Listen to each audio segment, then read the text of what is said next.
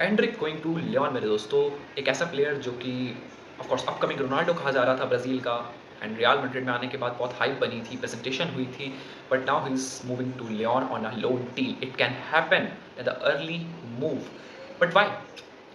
एक ऐसा प्लेयर जो कि कोपा डेल रे में टॉप स्कोरर रहा, 5 गोल मारे, वो अब रियल मैड्रिड छोड़ के गेम टाइम के लिए जाना चाहता है।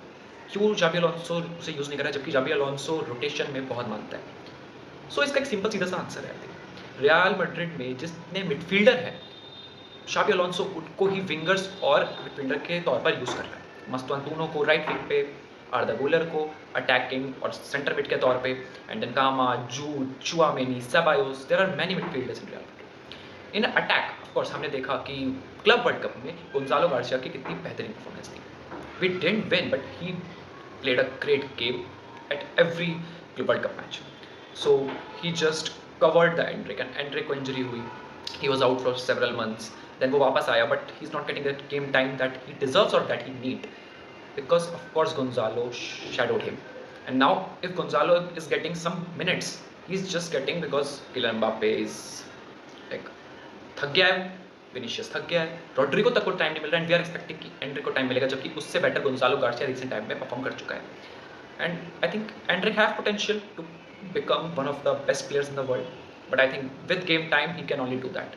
Without game time it's not possible, and Real Madrid में उसे अभी गेम टाइम नहीं मिलेगा। जिस तरीके की पोजीशन रियल मैड्रिड के खुद के यंगस्टर्स कर रहे हैं, जिस तरीके की कीलियन एम्बापे परफॉर्मेंसेस दे रहा है without having any injury, so I think उसका लोन मूव पे जाना इसलिए भी बहुत ज़रूरी है। And the second thing is world cup is coming guys, and with the players Brazil having Estevao, Vini, Rodrigo, Richarlison, like João Pedro, what not, and they have almost every player in the attacking line. और वहाँ पे अगर Anrich को अपनी जगह बनानी है तो he have to show something, and where he have to show on the club where he will get a time, and वो लोन मूव से ज़्यादा परमानेंट मूव की तरफ नहीं टच डाउन करेगा, because he knew Real Madrid can make him great, but Real Madrid can make him Ceballos.